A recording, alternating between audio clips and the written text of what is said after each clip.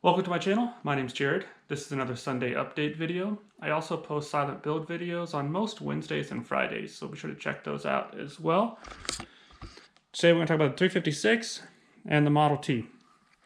Okay, so if you saw my last video on the 356, you would have seen that I got a lot of work done on the interior. It's come out pretty good. I did a lot of work on the dash. I got the tack in. So when I bought the car, the tack was missing. And most 356s do not have an electrical tack like most more modern cars. They had a cable-driven tack. There was a cable that ran all the way back to the engine, and that ran the tack. So this car did not. This is the last year of the 356. It had the electrical tack. But they only, I believe it's only like 2 years of these cars that even had those. And then of course this car was a 6-volt car, and I'm going to convert it to 12-volt because most of the 6-volt things are missing already, like the starter and the generator and things like that, and the tack.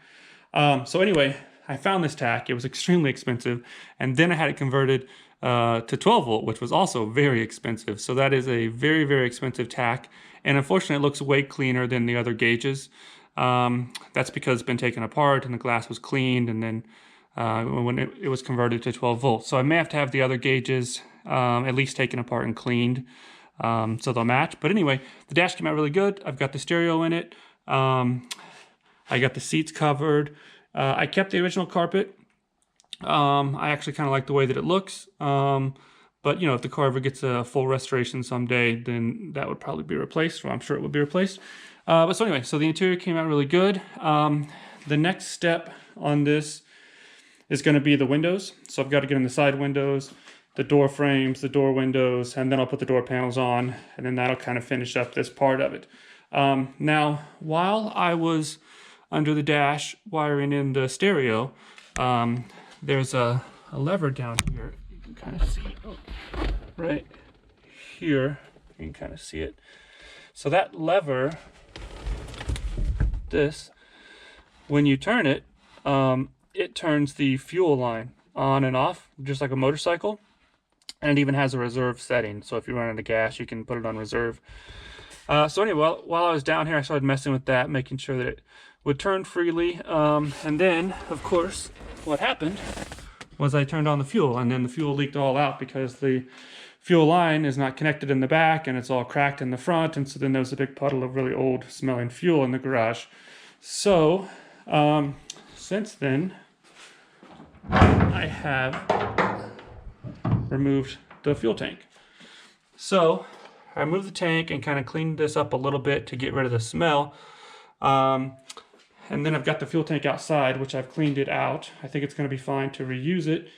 But so after I do the doors and the windows on the side, then I'm going to move up here, and I'm going to be replacing the brake master cylinder, get this area all cleaned up, replace whatever needs to be replaced in here, and then get the fuel tank back in, and I'll start working on the front brakes.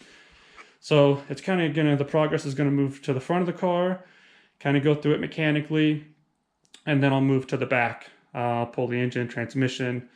I found one of the rear suspension parts that I was missing, and it was very hard to find. It's one of the rear brake parts, actually. But I did find one, so hopefully I'm going to have all the parts I need for that soon. But yeah, so basically we are getting close to finishing up most of the cosmetic stuff on the car. And so now it's going to be time to start going through it mechanically and actually getting it to where it can run and drive. So that's the 356. So you can see out here, it's the fuel tank.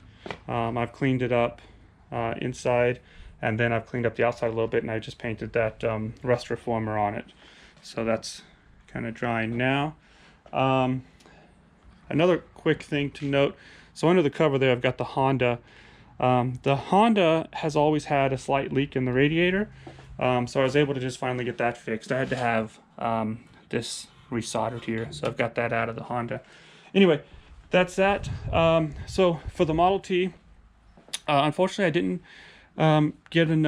have enough time to make any real progress on the Model T. like I mentioned before, the next step is going to be to clean up the dash and put the steering column in, and then I'll finish putting everything else back on it and getting it ready to run. So the steering column is out. It's been out for a while, and I have it soaking in some evapor rust. But so the next step on this is going to be to remove this dash and then probably the window frame and clean all this up and paint it and get it back together. And then I told you before, I had some issues with the hardware. I found the bolts that I needed for this area. I also have ordered but haven't received yet all the other bolts that I need to kind of finish that up. So I'm waiting on those parts. I did redo the steering wheel. I'll show you that in a second. But so basically, like, this is evapor rust, and this stuff works really well. This is actually a part off of the 356, but I've had this soaking in it for days now, because the head of this, I can't figure out how to get this thing off. It's some kind of lock mechanism that was added aftermarket, but I can't get it to come off. So I've been soaking it so that I can at least make sure everything in there is clean. And then I'll strip the rest of this back, and I have to straighten these rods here and get that all painted and ready to go back in the car. So that's going to be the next video on the Model T. I will show you real quick the steering wheel. It came out pretty good. So this is the steering wheel. I sanded down the wood and I just oiled it. I have some oil, I think it's like teak oil or something that I had left over from my days of owning sailboats.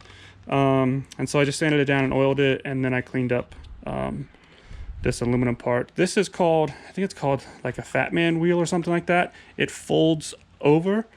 Like when it's mounted on the car, you can fold it up out of the way so that you can get in if you're really fat, and then you can put it back down, or maybe not even that fat, because I'm not really sure the amount of space in that thing when it's all assembled. But yeah, so basically that's the Model T. No video this week, but you can see I've got all kinds of stuff going on out here. I am making progress, so there will be a video next week, I'm sure. And then there will likely be a video on the 356 next week as well. So I would imagine that next week I'll have 2 videos out again like normal. But yeah, so I guess that's pretty much it for this week. Thanks for watching, guys. And if you haven't already, please consider subscribing.